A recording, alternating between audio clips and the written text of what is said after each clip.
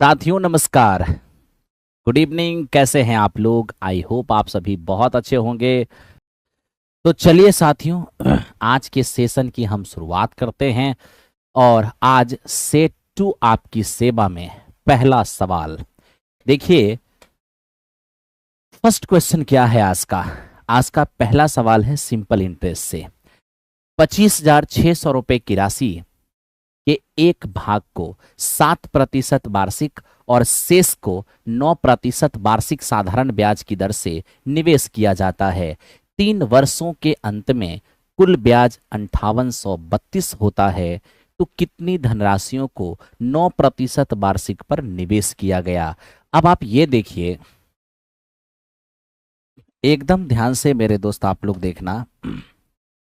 25,600 रुपए, इसको आपने 2 मद पर कर्ज पे लगा दिया है।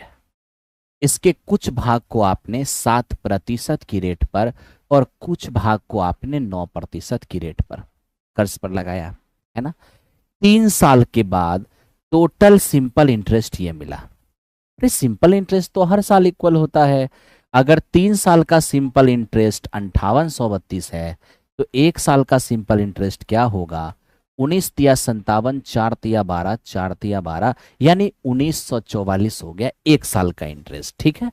तो मेरे दोस्त कुछ इस पर कुछ इस पर और टोटल पर बनने वाला ब्याज, तो क्यों ना हम यहां पर एलिगेशन लगा लें। ठीक है।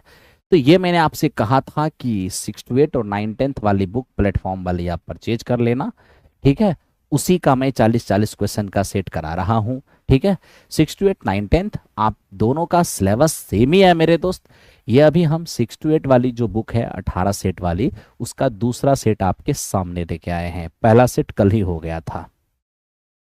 अभी देखिए, तो इसमें से कुछ भाग 7% की रेट पर, कुछ भाग 9% की रेट पर, और टोटल पर 1 साल में बनने वाला ब्याज 1944। जानते हो ये रेट जो होता है वो 1 साल का ब्याज होता है। कुछ इस पर कुछ इस पर और टोटल पर बनने वाला ये ब्याज, यानी अलग अलग ब्याज, कंबाइंड ब्याज, यही एलिगेशन होता है। एलिगेशन कहता है एक बार सबको इस पर, एक बार सबको इस पर लगा दीजिए।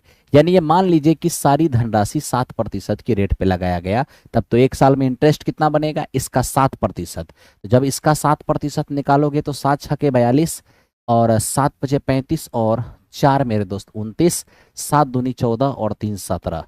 ये हो जाएगा तब इंटरेस्ट जब सारे को आप 7% की रेट पे लगाओगे। लेकिन जब आप सभी को 9% की रेट पे लगाओगे तो 9 × 6 = 54, 9 × 5 = 45 और 4 50, 9 दूनी 18, 18 और 5 23। ये मेरे दोस्त हमारा इंटरेस्ट बनेगा। ओके। तो मेरे दोस्त सबको 7 की रेट पे लगाओगे तो 1 साल में ये, सबको 9 की रेट पे लगाओगे तो 1 साल में ये। लेकिन आपको पता है कि 1 साल में जो बनने वाला रियल में इंटरेस्ट है वो 1944 से, ऐसा क्वेश्चन में लिखा हुआ है। ठीक है। अब आइए मेरे दोस्त, जल्दी से आपको क्या करना है?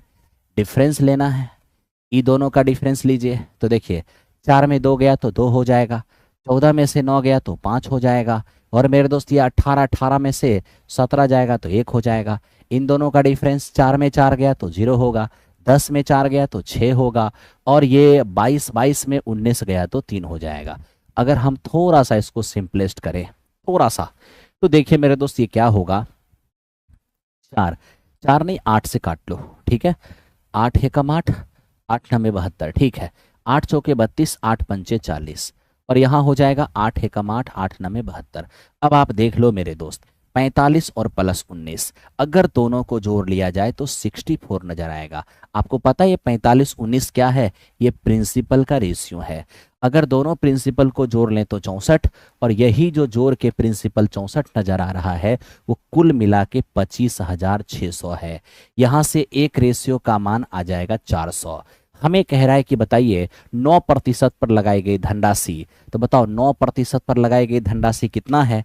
तो 9% पर लगाई गई धनराशि यही 19 है, तो 19 का मान निकाल लो। 19 और गुणे हो जाएगा 400, यानी 19 चौको 7600। तो मेरे दोस्त इस क्वेश्चन का आंसर आपका हो जाएगा 7600। नन ऑफ दिस ऑप्शन में से कोई भी नहीं। ठीक है, इनमें से कोई भी नहीं। मेरे दोस्त 6 to 8 9 10 दोनों एक साथ चलेगा, आप क्यों घबरा रहे हो? अब हम दोनों को पढ़ा रहे हैं ना, तो आपको टेंशन क्या लेना है, जो पढ़ा रहे हैं बस आप वो पढ़ते चलिए, ठीक है भाई। 6 to 8 और 9 10 नहीं देखना है, बस काम करना है। ये हो गया 71 नंबर, आज का फर्स्ट क्वेश्चन। चलिए, तो आज का फर्स्ट क्वेश्चन हो चुका है, अब हम सेकंड क्वेश्चन की ओर चलते हैं। देखिए आज का सेकंड क्वेश्चन क्या है। देखिए हमसे कह रहा है वह बड़ी सी बड़ी संख्या ज्ञात करें जिसे 108, 124 और 156 को भाग देने पर प्रत्येक दशा में समान शेष आएगा। वह बड़ी सी बड़ी संख्या जिससे 108 में भाग दें, या मेरे दोस्त 124 में भाग दें, या हम 156 में भाग दें, प्रत्येक दशा में एक समान शेष आएगा। तो वो लार्जेस्ट नंबर जिससे इन तीनों में भाग दें तो इक्वल रिमाइंडर आएगा, वो नंबर क्या होगा? इन दोनों का डिफरेंस और इन दोनों का डिफरेंस लीजिए। आप इन दोनों का डिफरेंस लेंगे तो 16 नजर आएगा, आप इन दोनों का डिफरेंस लेंगे तो 32 नजर आएगा। तो इन दोनों के अंतर और इन दोनों का अंतर जो कुछ भी आया है, आप बस इनका HCF ले लीजिए।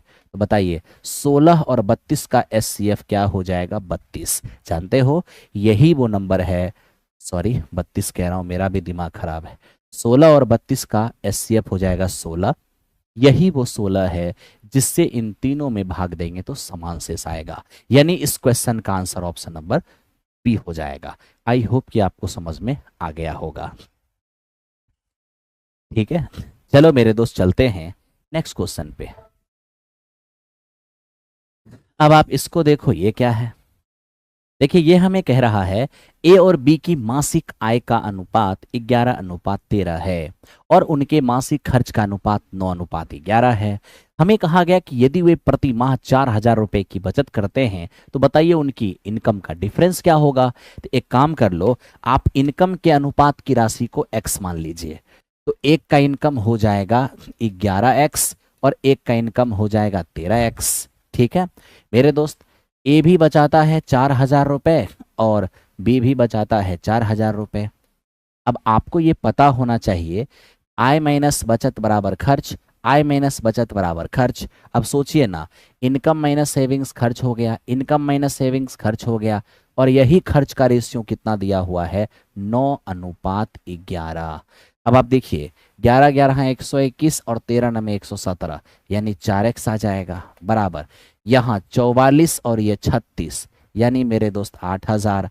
तो x का मान यहाँ पर आपको दिखेंगे 2,000। क्या चाहिए? दोनों इनकम का अंतर। तो एक का इनकम है 11x, एक का इनकम है 13x। अगर दोनों का डिफरेंस देखेंगे तो 2x नजर आएगा। अब x का मान अगर 2,000 है तो 2x का मान क्या हो जाएगा? तो मेरे दोस्त ये हमारा 4,000 हो जाएगा। तो इस क्वेश्चन का आंसर 4,000, ऑप्शन नंबर ई, इनमें से कोई नहीं। ठीक है, चलिए बहुत अच्छा लेके आ रहे हो आंसर, बहुत अच्छा लग रहा है। एकदम लाइक का बटन इसी तरह से प्रेस करते चलना है और चलते रहना है। ठीक है, ये था हमारा आज का 3 नंबर क्वेश्चन। देखो अब हम चलते हैं क्वेश्चन नंबर 4 की ओर। क्या है ये पावर सर्च इंडिसेस का सवाल, बहुत ही आसान। वो कैसे? ये देखो 3 to the power 12 as it is रहने दो, और ये एक्चुअल में मेरे दोस्त ये 2x का स्क्वायर नहीं है, ये रियल में 2x इसकी पावर 2 ऐसे लिखा हुआ था। यहाँ पर जो है ना मेरे दोस्त, यहाँ पे ये 2x की होल स्क्वायर ऐसे लिखा हुआ था। ठीक है, ये दोनों आपस में मल्टीप्लाई हो जाएगा तो 2 की पावर 2x हो जाएगा बराबर। आप इधर देख लो, बेस में 6 है, क्या 6 को क्या लिख सकते हो? तो 6 को मेरे दोस्त हम 2 गुना 3 लिख सकते हैं। ओके, अब पूरे पर 12 है तो इस पर भी 12 हो जाएगा, इस पर भी 12 हो जाएगा। अब आप दोनों तरफ कंपेयर कर लीजिए, 3 की पावर 12 वाला टर्म इधर भी है, 3 की पावर 12 वाला टर्म इधर भी है। तो जब ये दोनों टर्म सेम है तो ये भी टर्म सेम होना चाहिए, तभी जाके सेम हो पाएगा। इस 3 की पावर 12 3 की पावर 12 कैंसिल आउट करना चाहो तो कर भी सकते हो। तो सीधा यहाँ पर 2 की पावर क्या, 2 की पावर 2x बराबर 2 की पावर 12, बेस सेम तो पावर भी सेम हो जाएगा। x के मान कितने हो जाएंगे? 6 हो जाएंगे। बहुत आसान है, ठीक है, बहुत आसान है। कैलकुलेशन करना है करो, नहीं तो यहीं पर ऑप्शन देख करके बैठा दो, हो गया। ठीक है भाई, चलिए बहुत अच्छे बहुत अच्छे। ये सिंपल सा एक सवाल था, आप सभी लोगों ने बनाया है। अब देखो ये क्या है, आप में से बहुत सारे लोग बना रहे हैं, निशी जी बना रहे हैं, अर्चना जी बना रहे हैं, विनोद जी बना रहे हैं, संजीव जी बना रहे हैं, श्रीकांत जी बना रहे हैं। चलिए बहुत अच्छे। अब देखिए एक एपी है, इसका हमें 23वां पद मांगा है। हम सभी लोग जानते हैं 23वां पद का मतलब a प्लस 22d होता है। ए हमारे पास 5 है और प्लस 22 गुने डी आप देख लीजिए 6 हो जाएगा। 132 और 5 137। बहुत आसान ये भी सवाल था, आपने आराम से गर्दा उड़ा दिया होगा इसको भी। ठीक है, चलिए पंकज भाई सब लोग से बन गया होगा। अब इस सवाल पे आते हैं और देखते हैं इसका आंसर आप क्या लगाते हो। मैं आपको 20 सेकंड का टाइम देता हूं, आप इसका आंसर लगाओ, उसके बाद फिर मैं बताता हूं। ठीक है मेरे दोस्त, ये बहुत ही बेहतरीन क्वेश्चन है। के किस मान के लिए दो इक्वेशन दिया है और हमें कह दिया इसके यूनिक सॉल्यूशन हैं। क्या है मेरे दोस्त, यूनिक सॉल्यूशन। ठीक है, अगर इसके यूनिक सॉल्यूशन हैं तो आप क्या कह सकते हो, a1/a2 does not equals to b1/b2। यही मेरे दोस्त हमारा है यूनिक सॉल्यूशन, है या नहीं है, ये हमारा यूनिक सॉल्यूशन। अब ए क्या है, फर्स्ट इक्वेशन में x का कोफिशिएंट ये हमारा a1 है, दूसरे इक्वेशन में x का गुणांक हमारा a2 है, does not equals to first equation में y का कोफिशिएंट हमारा 2 होगा और दूसरे में y का कोफिशिएंट हमारा 1 हो जाएगा। तो ये k does not equals to 6, यानी कि आपका ये क्वेश्चन कह रहा है कि k का मान 6 नहीं हो सकता। तो मेरे मित्र k का मान 6 नहीं हो सकता, लेकिन 6 के अलावे और भी तो हो सकता है। तो k does not equals to 6 का मतलब ये हुआ कि k का मान 6 तो नहीं होगा।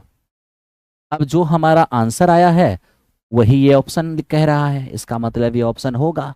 अरे हाँ, आंसर भी कह रहा है K does not equals to 6, option भी कह रहा है K does not equals to 6, ये तो चलेगा चलेगा।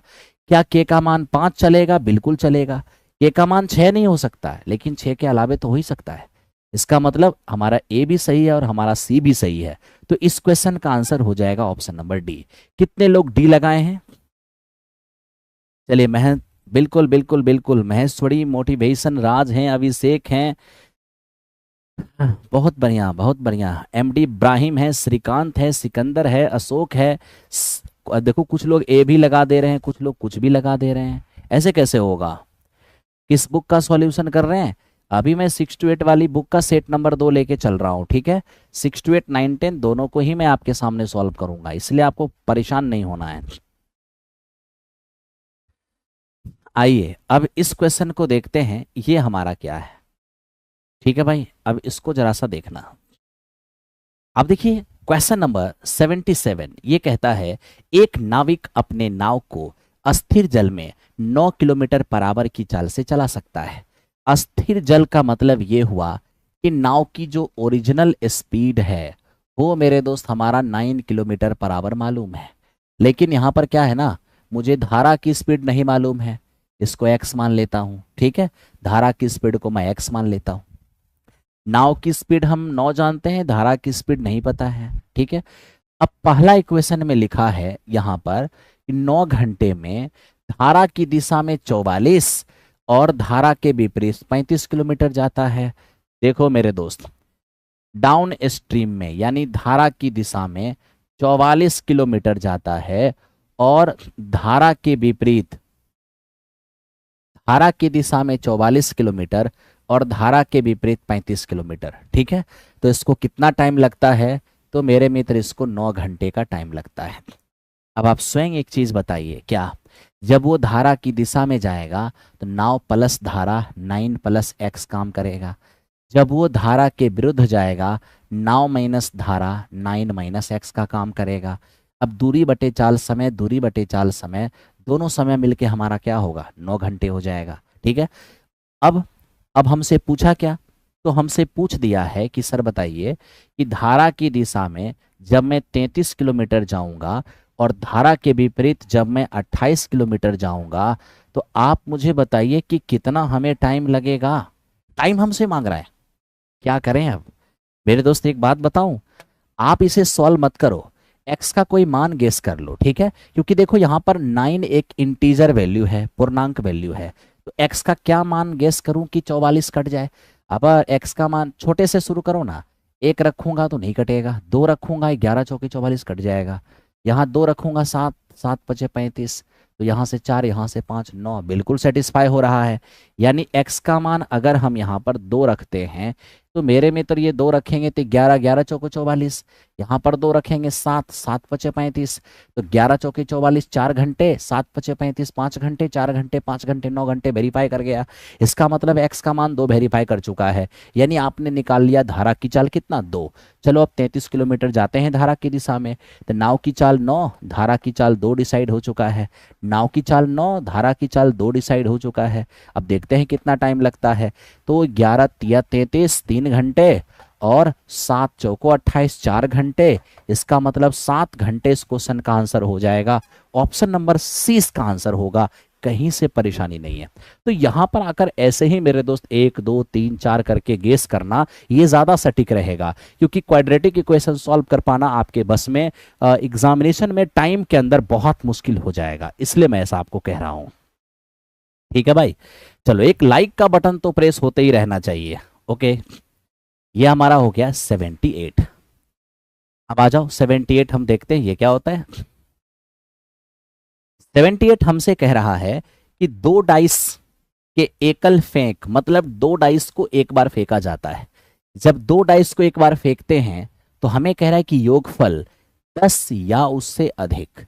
आप अच्छी तरह जानते हैं 2 डाइस को जब हम फेंकेंगे तो मेरे दोस्त योगफल और नंबर ऑफ इवेंट, इस पर थोड़ा सा डिस्कस करना। जब हम 2 डाइस को फेंकेंगे तो क्या क्या होगा, ध्यान रखना। जब हम 2 डाइस को फेंकेंगे तो योगफल मिनिमम 1 हो सकता है, मैक्सिमम 12, क्योंकि मिनिमम 1 1 आएगा दोनों पर, मैक्सिमम 6 6 आ सकता है। तो 2 हो या 12, 3 हो या 11, 4 हो या 10, 5 हो या 9, 6 हो या 8, या मेरे दोस्त 7। ठीक है, अब 2 योगफल 2 हो या 12 ऐसा एक इवेंट है, 3 हो या 11 ऐसा 2 इवेंट है, 4 हो या 10 ऐसा 3 इवेंट है, 5 हो या 9 ऐसा 4 इवेंट है, 6 हो या 8 ऐसा मेरे मित्र 5 इवेंट है, और योगफल 7 हो जाए ऐसा 6 इवेंट है। तो मुझे क्या चाहिए, मुझे चाहिए था योगफल 10 या उससे ज्यादा। तो 10, 11 और 12, 12 से ज्यादा तो हो नहीं सकता। तो अब इसको देखना है कि सर इवेंट कितने होंगे। आप जानते हो मेरे दोस्त योगफल 10 होगा, 11 होगा और 12 होगा। 10 के लिए 3 इवेंट, 11 के लिए 2 इवेंट, 12 के लिए 1 इवेंट। तो 10 के लिए हमारा 3 इवेंट, 11 के लिए 2 इवेंट और 12 के लिए 1 इवेंट, यानी हमारा इवेंट हो गया 6। साथ ही साथ मेरे मित्र टोटल इवेंट अगर देखने जाएंगे, एक डाइस में 6 घटना घटेगा तो 2 डाइस में 36। अगर इस इवेंट की हमें प्रोबेबिलिटी निकालना होगा, सो सिंपल, 6 और बटा हो जाएगा 36, यानी कि 1/6। आप जानते हो अगर आपको ये चीज याद है तो आपके लिए काम बहुत आसान होगा। अगर ये चीज याद नहीं है तो आप गेस भी कर सकते हो। आप कहोगे गेस कैसे करेंगे, तो 10 के लिए आपको पता है 4 6 या 6 4 या 5 और 5 तभी 10 हो सकता है। बात 11 की आएगी, पहला पर 5 दूसरा पर 6, या पहला पर 6 दूसरा पर 5। और जब 12 की बात आएगी तो ये एक ही स्थिति में संभव है जब 6 6 होगा। तो आप इवेंट लिख के भी कर सकते हो। बाकी अगर ये याद रहेगी तो आपकी तैयारी में 4 चांद लगेगा, इसमें कोई शक नहीं है और कोई परेशान भी आपको नहीं होना है। ठीक है भाई, चलो ये था हमारा 78। अब बढ़ते हैं 79 की ओर। देखो ये क्या है, इसको थोड़ा समझना मेरे दोस्त। ये हमें कह रहा है sine theta -2 sine cube theta 2 cos cube theta minus cos theta. आप ये देख लो इन दोनों में साइन कॉमन आने वाला है, साइन कॉमन कर लो। यहां से क्या रह जाएगा 1 - 2 साइन स्क्वायर थीटा। अब नीचे देख लो इन दोनों में से कॉस कॉमन आने वाला है, यहां देख लो कॉस स्क्वायर थीटा और -1। अब यहां से हम आपको ये कहना चाहते हैं कि मेरे दोस्त देखो आपको कुछ बात याद रहना चाहिए। देखिए कुछ बात क्या, जैसे cos 2 थीटा बराबर कॉस की पावर 4 थीटा और माइनस साइन की पावर 4 थीटा बराबर कॉस स्क्वायर थीटा और माइनस में साइन स्क्वायर थीटा बराबर 2 कॉस स्क्वायर थीटा -1 बराबर 1 माइनस 2 साइन स्क्वायर थीटा बराबर 1 माइनस 10 स्क्वायर थीटा और बाई 1 प्लस 10 स्क्वायर थीटा। कोई परेशानी नहीं है, कोई परेशानी नहीं होना चाहिए। ये सब एक ही फॉर्मूला है, सब एक ही है। इसका मतलब जान रहे हो, इसका मतलब ये हुआ 1 माइनस 2 साइन स्क्वायर ये भी है कॉस 2 थीटा और मेरे दोस्त यहाँ पे 2 कॉस स्क्वायर होगा, 2 कॉस स्क्वायर -1 ये भी है हमारा कॉस 2 थीटा। तो जब दोनों ही कॉस 2 थीटा का फॉर्मूला है तब तो इसकी कहानी खत्म है। साइन बाय कॉस क्या हो जाएगा, ये हमारा टेन थीटा हो जाएगा, आपका आराम से टेन थीटा हो जाएगा। ठीक है, या तो आप ऐसे कर लो, नहीं तो फिर आप डिग्री वैल्यू पुट कर लो, डिग्री वैल्यू से भी बना सकते हो। अब देखो डिग्री वैल्यू कैसे बना सकते हैं, तो आप डिग्री वैल्यू 45 डिग्री पुट कर लो, है ना। तो मेरे दोस्त वहाँ भी आपके लिए इस क्वेश्चन में कैलकुलेशन आसान नहीं रह जाएगा, कैलकुलेशन तो करना होगा।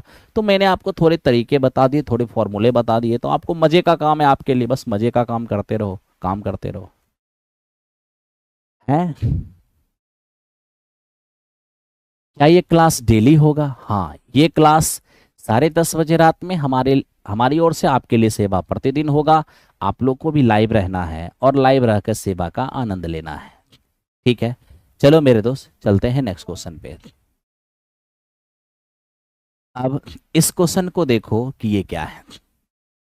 मेरे दोस्त ये हमें कह रहा है कि सर एक घर जो 32 मीटर ऊंचा है से एक टावर के शीर्ष का उन्नयन कोण 45 डिग्री है और कह रहा है कि टावर के आधार का अवनमन कोण 30 डिग्री है। तो बता दीजिए सर टावर की ऊंचाई क्या होगा। अब यहां देख लो मेरे दोस्त, ये हमारा एक टावर है, एकदम प्यार से देखना, सॉरी, ये हमारा एक घर है, ठीक है, और ये रही आपकी टावर, ये रही आपकी टॉवर। अब देखो यहाँ पे कहानी क्या हो रही है, एकदम अच्छे से देखते रहना मेरे दोस्त। यहाँ पर हो ये रहा है कि ये घर की छत से जब टॉवर को देखा गया तो यहाँ पर इन्होंने 45 डिग्री का एंगल ऑफ एलिवेशन पाया और जब यहीं से टॉवर के जर को देखा गया तो एंगल ऑफ डिफरेंशन 30 पाया। अब ये 30 है तो हमारा ये भी 30 हो जाएगा। अकॉर्डिंग टू क्वेश्चन घर की ऊंचाई कितनी है, 32 मीटर है। ठीक है, अब आप काम कर सकते हो, तो चलो मेरे दोस्त काम करते हैं और देखते हैं क्या होता है। एट फर्स्ट 30 डिग्री के लिए मेरे दोस्त 30 डिग्री के लिए हमारा लंब 1 होगा और आधार √3 होगा, यानी ये हमारा 1 हो जाएगा, ये हमारा √3 हो जाएगा। ठीक है, एक और बात, ये मेरे दोस्त एक रेक्टेंगल है, ये एक आयत है और आयत के आमने सामने की भुजा बराबर होती है, यानी ये √3 है तो आपका ये भी कायदे से √3 होना चाहिए और ये 1 है तो ये भी हमारा 1 होना चाहिए। ठीक है, अब मेरे दोस्त प्रॉब्लम ये नहीं है, प्रॉब्लम अब यहाँ होगा। ठीक है, तो प्रॉब्लम हो भी सकता है, नहीं भी हो सकता है। इसका मतलब क्या हुआ, इसका मतलब ये हुआ कि 45 है ना, 45 सिर्फ ये कहता है जितना बड़ा लंब उतना ही बड़ा आधार। देख लो, आधार अगर √3 है तो इसके लंब भी √3 हो जाएंगे, तो कहीं प्रॉब्लम नहीं हुआ, वेरी सिंपल हो गया, है ना। तो टावर की हाइट अगर देखूंगा, ये √3 है, ये मेरा 1 है, तो जब ये √3 है और ये 1 है तो पूरा टावर क्या होगा, तो मेरे दोस्त पूरा टावर मैं देख पा रहा हूँ √3 + 1, तो टावर हमारा हो जाएगा √3 + 1। तो मैं यही देख पा रहा हूं कि एक रेशियो का मान है 32। जब एक रेशियो का मान 32 है तो √3 + 1 का मान क्या होगा, √3 + 1 का मान होगा 32 इंटू √3 + 1, यानी इस क्वेश्चन का answer 32 into √3 + 1। Very very important और सो सिंपल। आप कुरुक्षेत्र बैच कब पूरा करोगे मेरे दोस्त? कुरुक्षेत्र बैच हो या महाभारत, एग्जामिनेशन से 15 दिन पहले पूरा होगा। अगर आप कुरुक्षेत्र वाले हो तो आप तो काफ़ी चैप्टर को पहले डिटेल में कर चुके हो। ठीक है, मैक्सिमम चैप्टर तो 1 से 2 महीने के अंदर निकल जाएगा, छठ के आसपास, नवंबर लास्ट होते होते तकरीबन निकल जाएगा। लेकिन उसके बाद एग्जामिनेशन, आप ये मान लो कि अक्टूबर के आसपास आपकी नोटिफिकेशन आएगी और दिसंबर जनवरी में आपका पेपर होगा, लगभग यही माना जा रहा है। तो आप आराम से काम करो ना, हड़बड़ा क्यों रहे हो। ठीक है, शॉर्टकट कर दूं, शॉर्टकट कर दूंगा तो खामखा नुकसान में रह जाओगे।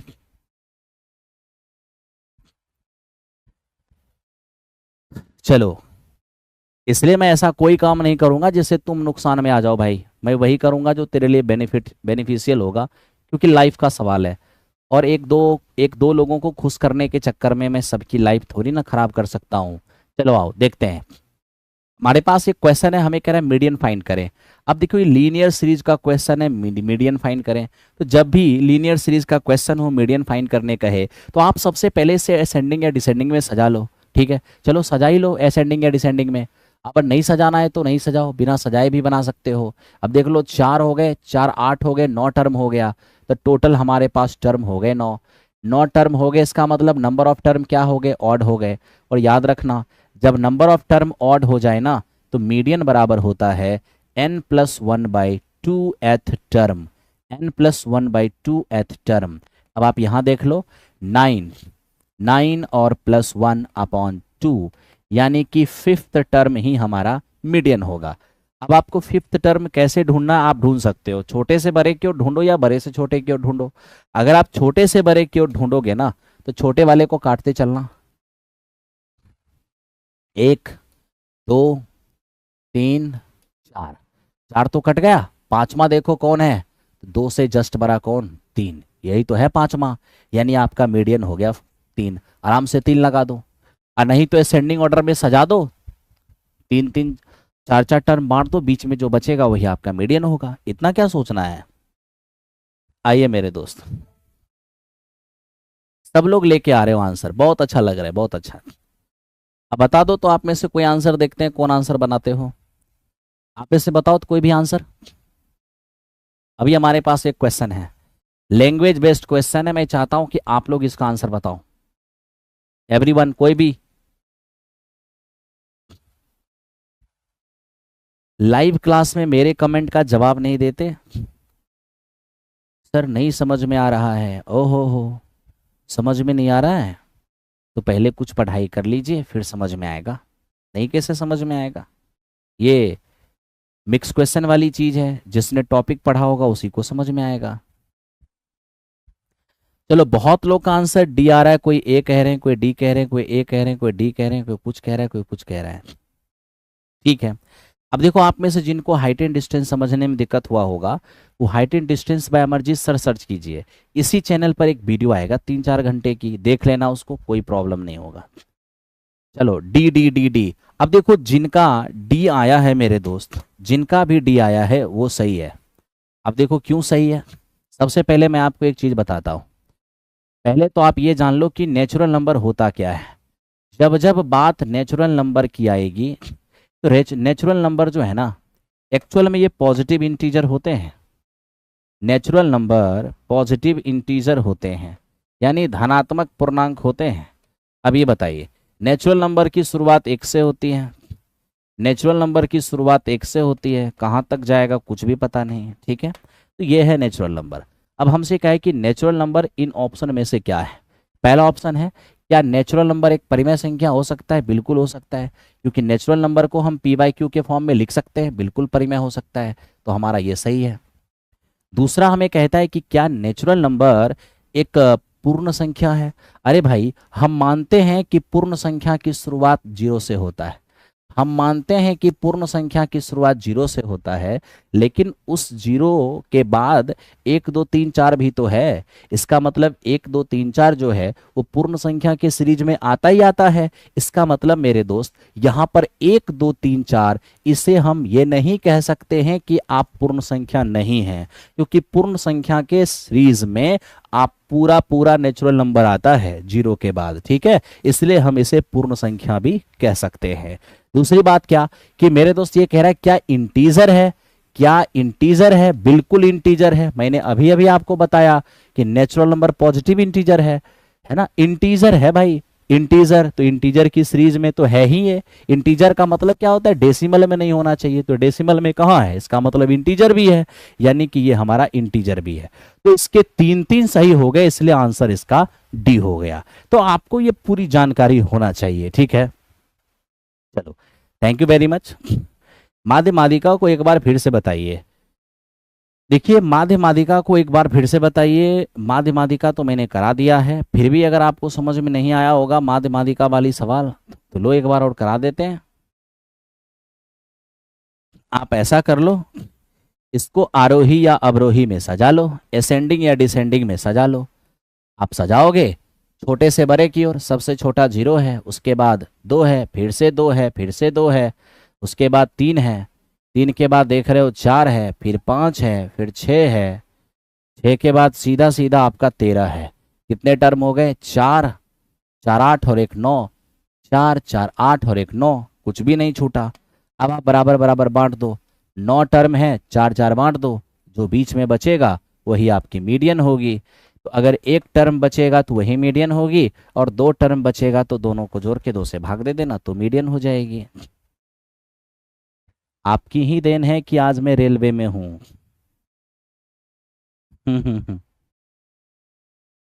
हाँ मेरे दोस्त, बुक आ जाएगा। चलिए, कॉन्ग्रेचुलेसन, स्वागत है, वेलकम है आपका। बढ़िया मेरे दोस्त, और इस सवाल का जवाब तो हो चुका है। चलिए अब आप इसका जवाब दीजिए, क्या होता है इसका आंसर। आप लोग इसका आंसर दीजिए जल्दी से।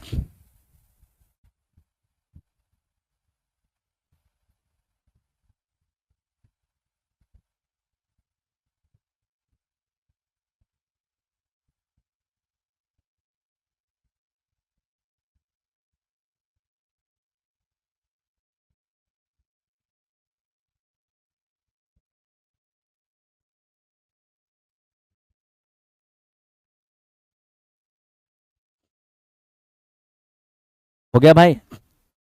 चलो, बहुत लोग आंसर दे रहे हैं। अब देखो, हमें कह रहा है कि केंद्र ओ और त्रिज्या 13 सेमी वाले एक वृत्त की जीवा ए बी की लंबाई 24 सेमी है। तो बताओ सर, सेंटर से जीवा की दूरी क्या होगा। अब देखो, हमारे पास एक सर्कल है, कोड समझते हो। सर्कल के सरकमफेरेंस पर 2 पॉइंट जब लाई कर रहा हो और ये दोनों पॉइंट को मिला दिया जाए तो इसी को कोड कहते हैं, जीवा कहते हैं। ठीक है, ये रहा सेंटर। हमसे सेंटर से जीवा के बीच का डिस्टेंस मांगा है, और आपको पता होना चाहिए एक पॉइंट से एक लाइन का जो डिस्टेंस फाइंड करते हैं वो परपेंडिकुलर डिस्टेंस होता है, और केंद्र से जीवा पर डाला गया लंब जीवा को बाइसेक्ट करता है। सेंटर से कोड पर डाला गया परपेंडिकुलर कोड को बाइसेक्ट करती है। ठीक है, हमें यहाँ पता है कि रेडियस अपना कितना है, तो रेडियस अपना 13 है। पूरा का पूरा ये जो कोड है ये भी, ये मेरे दोस्त 24 है, जो हो जाएगा 12 और 12। अब ये 13 ये 12, तो ट्रिपलेट से ये 5 हो जाएंगे, यानी कि सेंटर से जीवा की दूरी 5 हो जाएगा। बहुत आसान है। चलो ठीक है भाई, आओ इसको करते हैं। ये क्या है इसको समझो। मेरे दोस्त, ये लिखा है कि एक बेलन का पारस्व क्षेत्रफल, एक बेलन का पारस्व पृष्ठ क्षेत्रफल 176 सेमी स्क्वायर है। इसका बेस एरिया 38.5 है। तो बताइए इसका वॉल्यूम क्या होगा। सबसे पहले मैं आपको एक चीज बताता हूँ। क्या मेरे दोस्त, आप सबको पता होगा कि जब बात सिलेंडर की जाएगी तो सिलेंडर के बेस में सर्कल होता है, ये सबको पता है। ठीक है, सिलेंडर के बेस में सर्कल होता है, ये सबको पता है।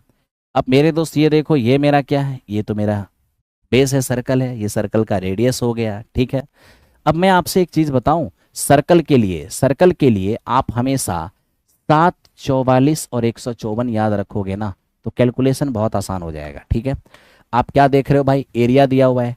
सर्कल का जो एरिया दिया हुआ है ना, ये दिया हुआ है आपका 38.5, 38.5, जो 154 का क्या है भाई, 154 का 1/4 टाइम्स है। तो अगर एरिया 1/4 टाइम्स है ना, तो रेडियस जो होगा ना वो 1/2 टाइम्स ही होगा। कहोगे वो क्यों? क्योंकि एरिया एक्चुअल में के स्क्वायर टाइम्स होता है, तो के का मान हो जाएगा 1/2। ठीक है, तो यहाँ परिधि भी 1/2, रेडियस भी 1/2, यानी ये आपका हो जाएगा 7/2। तो इस तरह से आप रेडियस निकाल लिए 7/2, ये 7/2। ठीक है, हालांकि रेडियस निकालने के एक और तरीके हैं। बेस एरिया दिया हुआ है, तो बेस एरिया एक्चुअल में होता है πr², ये है 38.5।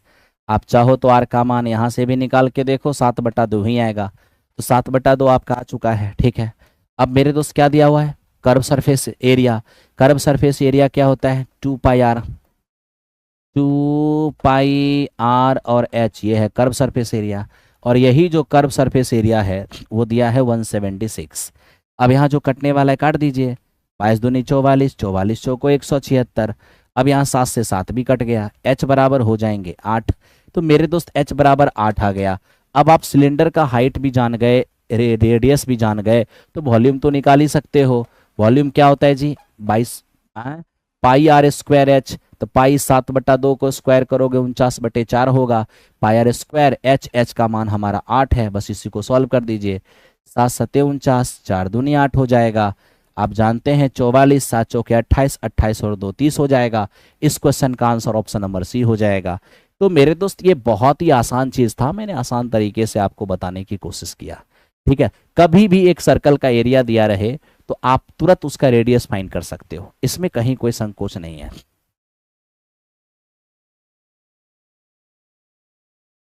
तैयारी 3.0 में फिर से ओएमआर का खेल खेल रहा है गुरुदेव। मेरे दोस्त क्या बताऊं, बहुत ज़्यादा बहुत ज़्यादा बहुत ज़्यादा दुखी हूं मैं भी इस बात को लेकर कि वो रिजल्ट क्यों नहीं दे रहे हैं। जल्दी से रिजल्ट दे देते तो काम आसान हो जाता, आप लोग का काम हो जाता। ठीक है, फिर 4.0 में लग जाते लोग। अब इसको देखिए, ये क्या है मेरे दोस्त, एकदम से ध्यान दो इस क्वेश्चन पे। अब देखो ये क्वेश्चन कह रहा है कि एक कालीन 5 मीटर लंबा और 1.2 मीटर चौड़ा है, इसके चारों ओर 30 सेमी चौड़ा मेरे दोस्त छपा हुआ बॉर्डर लगता है। हमें कह रहा है कि 225 रुपये प्रति मीटर स्क्वायर की दर से बॉर्डर की छपाई का खर्च क्या होगा। आपको मैं पहले तो एक बात बताता हूं, एक कालीन है मेरे दोस्त, ये कालीन इस तरह से कालीन है, ये है कालीन। ठीक है, और इस कालीन का जो लेंथ है वो 5 मीटर है और जो इसका विड्थ है वो मेरे दोस्त 1.2 मीटर है। जो इसका विड्थ है वो आपका 1.2 मीटर है। ठीक है, इसमें कोई प्रॉब्लम नहीं है। अब यहां देखो, इसके किनारे किनारे 30 सेमी चौड़ा डिजाइन छपा हुआ है। अब ये देखिए मेरे दोस्त, अगर इस कालीन में किनारे किनारे अगर डिजाइन छपा हुआ है तो मेरे भाई इसका मतलब ये हो गया कि डिजाइन यही तो होगा, यही तो है डिजाइन। आप कहोगे हाँ जी सर। अगर आपका डिजाइन है 30 सेमी तो सबसे पहली बात आप ये देखिए 30 सेमी जो आपको दिख रहा है ना मेरे दोस्त, अगर आप मीटर में कन्वर्ट करोगे तो क्या होगा, 0.3 मीटर हो जाएगा। तो आप ये देख लो ना, 0.3 मीटर इधर भी होगा और 0.3 मीटर आपका इधर भी होगा, 0.3 मीटर आपका इधर भी होगा और 0.3 मीटर आपका इधर भी होगा। अब सवाल ये है कि पूरा 5 में 0.3 0.3 यानी 0.6 अगर हट जाएंगे तब तो मेरे दोस्त ये हमारे पास 4.4 रह जाएगा। अब क्या है कि वो पूरा 1.2 है, 1.2 में 0.3 0.3 0.6 हट जाएगा तो यहाँ पर 0.6 ही रह जाएगा। आप कहोगे हाँ जी सर। अगर आज मैं डिजाइन का एरिया लेता हूं, ठीक है, एरिया ऑफ कह सकते हो डिजाइन, ठीक है, एरिया ऑफ डिजाइन या सीधे सीधे कह दो एरिया ऑफ पथ, काहे टेंशन लोगे ज़्यादा। अब मेरे दोस्त मुझे ये बताओ इसके लिए क्या करना होगा, बाहरी आयत के एरिया में से अंदर वाले आयत को हटाना होगा 4.4 4.4 और इंटू 0.6, तो यहाँ से आपका 6 होगा और माइनस ये हो जाएंगे 2.64 जो कि मेरे दोस्त 3.36 हो जाएगा। 3.36 इतना मीटर स्क्वायर। अब इसी का कॉस्ट निकालना है, आप ही बताइए। अब 3.36 इतना मीटर स्क्वायर है, 1 मीटर स्क्वायर का कॉस्ट है 225, तो इतना मीटर स्क्वायर का कॉस्ट क्या होगा, लगभग देखो ना 250 गुणे 3 यानी कि 675, मतलब 700 के आसपास होगा। तो 700 के आसपास एक ही ऑप्शन है, 756, यही हमारा आंसर होगा। आप करके देखो मेरे दोस्त, यही आपके आ जाएंगे। मैथ्स बहुत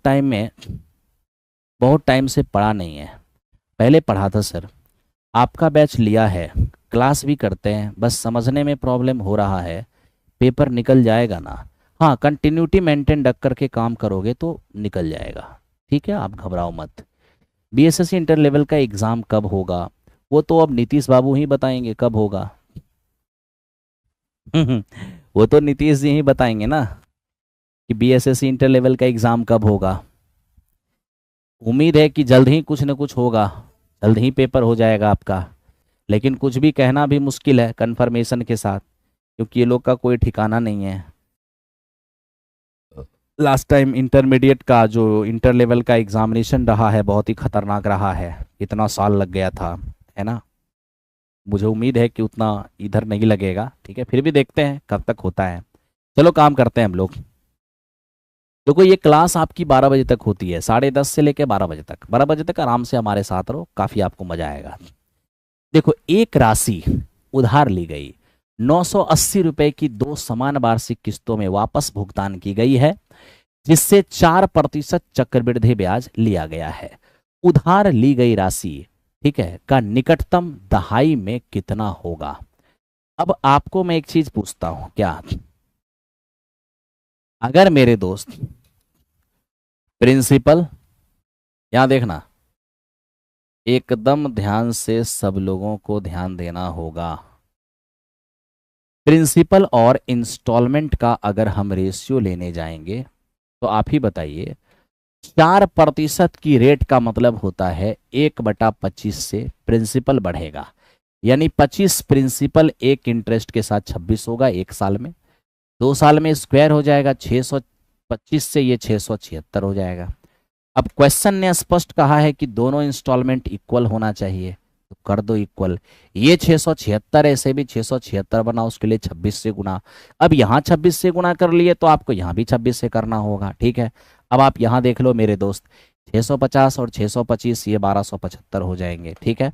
यही वो पैसे हैं जो हमें चुकाना होता है, और ये वो राशि है जो हम इंस्टॉलमेंट देते हैं। तो देखो ना, इंस्टॉलमेंट ही दिया हुआ है हमें 980, ठीक है भाई। तो 676 का मान 980, एक का मान हो जाएगा 980/676। मुझे चुकाई गई राशि निकालना है, तो 1275 और गुने 980 और बटे मेरे दोस्त 676। आपको इसे सॉल्व करना होगा। आप जब इसे सॉल्व करोगे तो जाके आपका आंसर आएगा, ठीक है। आपको इसे सॉल्व करना होगा, आप जब सॉल्व करोगे इसे तो ही इसका आंसर आएगा।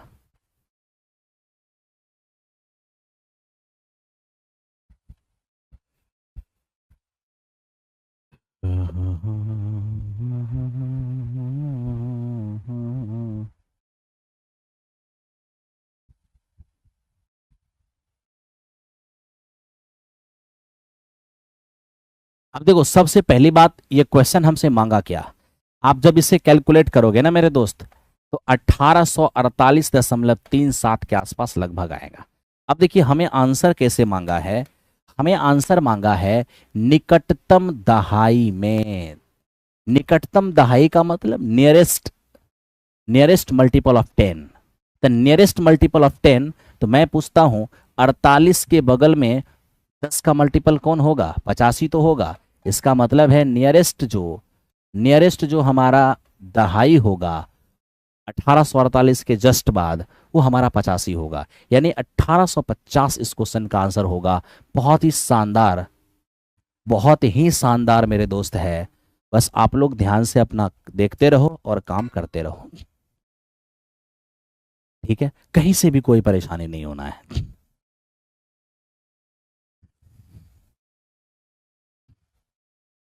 अब इस पे काम करते हैं, देखते हैं क्या है। देखिए हमें कहा गया कि नमक की कीमत में 15% की कमी होने के कारण एक व्यक्ति 272 रुपए में 2 kg अधिक नमक नमक खरीदने में सक्षम बनाती है, तो नमक की घटी हुई कीमत प्रति केजी कितनी होगी। अब आप मुझे ये बताओ, नमक के प्राइस में क्या हुआ है, 15% की कमी। तो मेरे दोस्त 15% की कमी का मतलब होता है 3/20 की कमी, ठीक है। यानी कि यहाँ पर जो हमारा प्राइस होना है वो मेरे दोस्त 20 से 3 घट करके 17 हो जाएगा। तो प्राइस 20 से 17 हो जाएगा, तो खपत क्या होगी उस पर ध्यान दीजिए। तो खपत हमारा 17 से 20 होगा। स्वाभाविक सी बात है, प्राइस ज़्यादा है वस्तु कम मिलेंगे, प्राइस घट गया वस्तु ज़्यादा मिलेंगे। तो कितना ज़्यादा मिलने लग गया, तो 3 रेशियो ज़्यादा मिलने लग गया। और यही क्वेश्चन कह रहा है कि 2 kg इसको ज़्यादा मिलेगा। तो रेशियो में 3 बराबर 2 kg है, तो एक का मान हो जाएगा 2/3 kg, है ना। हमें घटा हुआ प्राइस चाहिए, तो घटा हुआ प्राइस, तो घटने के बाद तो न्यू कंजम्पशन होगा ना, तो घटा हुआ प्राइस निकालने के लिए न्यू कंजम्पशन निकालना होगा। एक का मान 2/3 तो 20 का मान हो जाएगा 20 गुने 2/3 यानी 40/3। तो 40/3 kg हमको अब मिल रहा है। कितना रुपया खर्च करने के बाद? तो मेरे मित्र 272 खर्च करने के बाद। तो 40/3 kg हमें मिलेगा 272 खर्च करने के बाद। ठीक है, आप सॉल्व कर लीजिए। तो देखिए पहली बात, 10 चौको 40 और 4 से इसको काटेंगे, 6 चौके 24, 8 चौके 32। अब 3 से ऊपर मेरे दोस्त 3 से ऊपर गुना होगा, 8 3 24 और 18 2 20 हो जाएंगे। और नीचे में 10 है, 10 से भाग देंगे तो हमारा हो जाएगा कितना? 20.4। यानी कि 4 रहेगा 40, 4 से इसको काट दिए, नीचे वाला 3 जाके गुना हो जाएगा, नीचे में 10 है 10 से भाग देंगे, यानी 20.40 यही इस क्वेश्चन का आंसर होगा। आई होप कि आप लोगों को समझ में आ रहा होगा।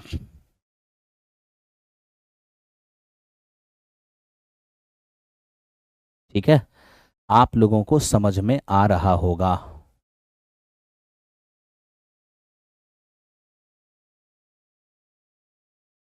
अमरजीत सर द्वारा यूट्यूब पर डेली 6 से 8 रुक्मिणी लाइव 8 बजे 40 क्वेश्चन रहेगा।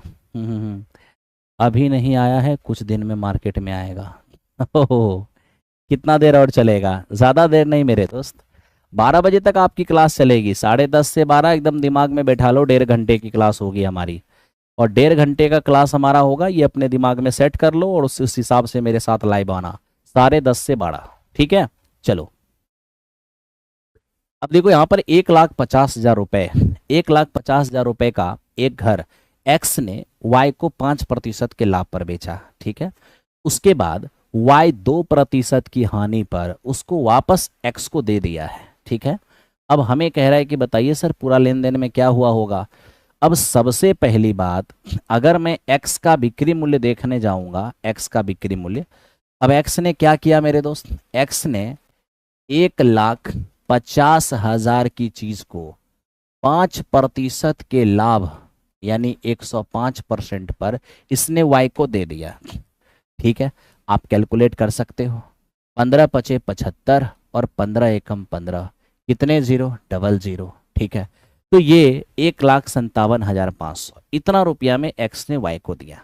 अच्छी बात है। तो अगर मैं अभी ये पूछ लूं कि एक्स का लाभ क्या हुआ होगा, तो मेरे दोस्त अगर यहां से एक्स का लाभ देखने चले जाएंगे तो 1,50,000, 1,57,500 हम 1,50,000 को अगर हटा देंगे तो 7,500 रुपये का लाभ तो हमें सीधा सीधा दिख रहा है। आप कहोगे हाँ जी सर दिख तो रहा है, लेकिन अब आपको पता है क्या हुआ? अब वापस वाई ने क्या किया? वापस वाई ने क्या किया? उसी वस्तु को फिर से एक्स के पास बेच दिया, है ना। तो वाई ने खरीदा था 1,57,500 में, अब इसी को 2% की हानि पर, 2% की हानि पर, इसका मतलब ये हो गया 98% में इसने इसको किसको बेच दिया? तो मेरे मित्र 2% की हानि पर इसने वापस इसको एक्स को बेच दिया। अब 2% की हानि अगर निकालना है मेरे दोस्त तो ऐसे मत निकालो, ऐसे गुणा करने में हालत खराब हो जाएंगे। ठीक है, तो ऐसा करो, थोड़ा दूसरा उपाय कर लो। कहोगे क्या? यहाँ देखो, यहाँ क्या उपाय लगाते हैं। वाई ये बेचारा खुद खरीदा था 1,57,500 और इसने कितना के लॉस पर बेचा? 2%। 1% का मान होगा 1,575। क्यों? 1% के लिए 2 अंक पहले डेसिमल डालते हैं। 1% का मान 1,575, तो 2% का मान हो जाएगा 5 दूनी 10, 7 दूनी 14, 1 15 और ये मेरे दोस्त 31। ठीक है, इतना के लॉस पर, इतना के लॉस पर देने का मतलब ये हुआ, सीधा सीधा हमारे पास बात को समझने की कोशिश करो मेरे दोस्त। यहाँ देखो, यहाँ देखो, यहाँ देखो, एक बात बताऊं आपको, को क्या बताना है सर? मेरे दोस्त 2% की लॉस पर बेचा, तो 2% इसमें से घटा दो, इसका 2% निकालोगे तो यही आएगा। घटा दो जरा सा, आप जैसे ही घटाओगे ये आपका 5 हो जाएंगे और ये हो जाएगा 4, 4 में से 1 गया तो ये हमारा 3 होगा। ये हो गया क्या? 7। अब 7 में 3 गया तो 4 हो जाएगा और मेरे दोस्त ये हमारे पास कितने? ये हमारे पास 15 हो जाएंगे। अब मैं आपसे एक सवाल पूछता हूँ, क्या एक्स ने क्या किया था, इतना रुपया में वाई को बेचकर इतना लाभ कमा लिया। अब बेचारे एक्स को खुद उस वस्तु को खरीदना पड़ गया फिर से इतना में, तो अब यहां पर तो उसको वो लॉस हो जाएगा। आप कहोगे लॉस कैसे हो जाएगा सर? अरे देख लो ना भाई, जो आदमी खुद 1,50,000 में बनाया, अगर उसको 1,54,000 में खरीदना पड़ जाएगा, तब तो यहाँ से 4,350 रुपये की लॉस हो गई। आप कहोगे हाँ सर। तो फिर मेरे दोस्त यहाँ पर ओवरऑल रिजल्ट क्या हो गया, रिजल्ट को भी तो देखना होगा। तो हम ये कहेंगे कि एक्स पहली बार में 7,500 रुपये की प्रॉफिट कमाया था और बाद में 4,350 रुपये की नुकसान कमा लिया। तो अगर प्रॉफिट में नुकसान हटा भी देते हैं तो भी हमें मेरे दोस्त ये 3,150 रुपये की दिख रहा है, 3,150 रुपये। तो भी हमें ये 3,150 रुपये की नुकसान दिख रहा है, यानी ओवरऑल एक्स को 3,150 रुपये की नुकसान हुआ, सॉरी नुकसान कह रहे हैं, प्रॉफिट हुआ है। ऑप्शन नंबर बी हो जाएगा। प्रॉफिट हुआ ना भाई, जैसे एक्स ने वाई को बेचा, अगर वाई कोई हरकत नहीं करता तब तो 7,500 का लाभ तो एक्स को हो ही गया था। लेकिन वाई ने क्या किया, फिर उसी सामान को वापस एक्स के पास बेच दिया 2% के लॉस पर। तो खरीदा था बेचारा 1,57,000 में, और इसका 2% होगा 3,150, इतना के लॉस पर, यानी इतना में बेच दिया वापिस एक्स को। अब आप बताइए, एक्स जिस चीज को बनाया है 1,50,000 में, उसे खरीदना पड़ जाए उसको 1,54,000 में, यानी कि उसको उसको मेरे दोस्त 4,350 रुपये का लॉस उठाना पड़ गया। तो बेचा तो इतने का फायदा, और जब खरीदा तो इतना ज़्यादा में ही खरीदना पड़ा। तो फायदे में से नुकसान हटा दो, फिर भी तो फायदे में हो, यानी एक्स इस वक्त भी फायदे में है।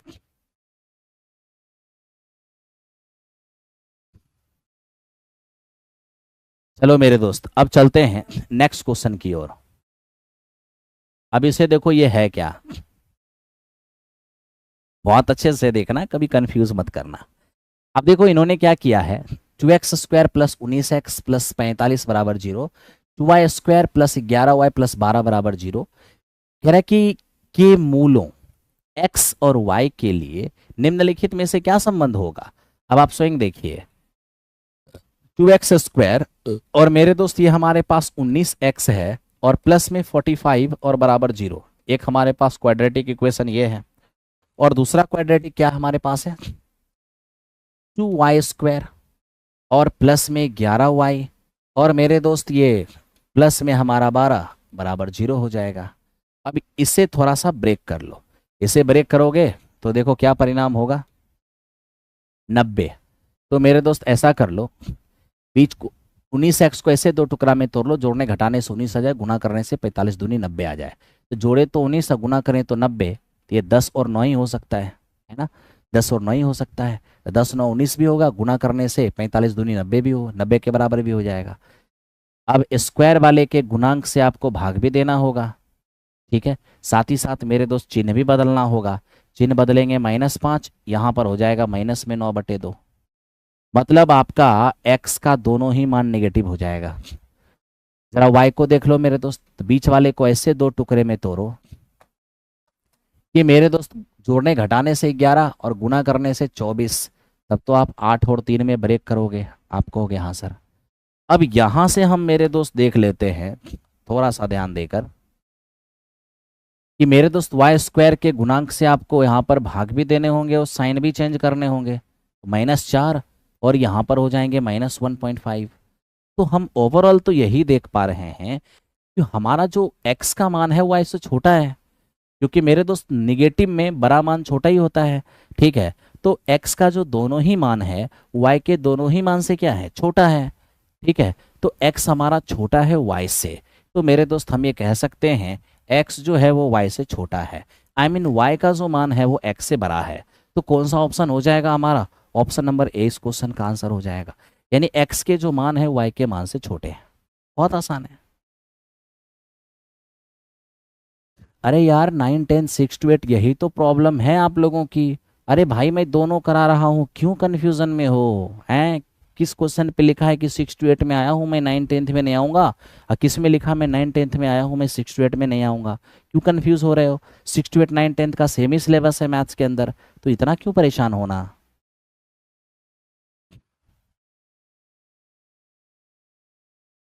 क्या सर, क्या सिर्फ लेक्चर देखने हैं? अरे नहीं यार, लेक्चर क्यों देखने हैं, इसका पीडीएफ सब कुछ आपको मिलेगा। प्लेटफॉर्म बाय नवीन कुमार सिंह टेलीग्राम आप ज्वाइन कर लीजिए, वहाँ पर इसका सॉल्यूशन पीडीएफ मिलेगा, बुक आप देखोगे। अब जब भी कोई सेट होगी उसमें से मेरे दोस्त कोई डिफरेंट टाइप का क्वेश्चन होगा, जो थोड़ा अलग टाइप का क्वेश्चन होगा, वो मेरे दोस्त आप नोट्स बना लेना उसका, है ना, उसका नोट्स बना के रख लेना। अब देखो इसको, ये क्या है, कह रहे यदि किसी व्यक्ति की आयु से 4 वर्ष घटाए जाते हैं और 5 से भाग दिए जाते हैं, तो परिणाम उसके पोते की आयु को दर्शाता है। कहता है कि पोते पोते की एक बहन है जिसकी आयु 5 साल है, पोते की एक बहन है जिसकी आयु 5 वर्ष है, पोते से 6 वर्ष छोटी है। अब आप देखो भाई, पोता की एक बहन है, पोता, यहां ध्यान देना, अब यहां पर है क्या, एकदम ध्यान से देखना, पोता की एक बहन है, ठीक है, और इस बहन की उम्र कितनी है, 5 साल है। पोते की एक बहन है, बहन की उम्र 5 साल है, और ये जो बहन है ना, वो पोता से 4 साल छोटी है, सॉरी 6 है, बहन जो है वो पोता से 6 साल छोटी है।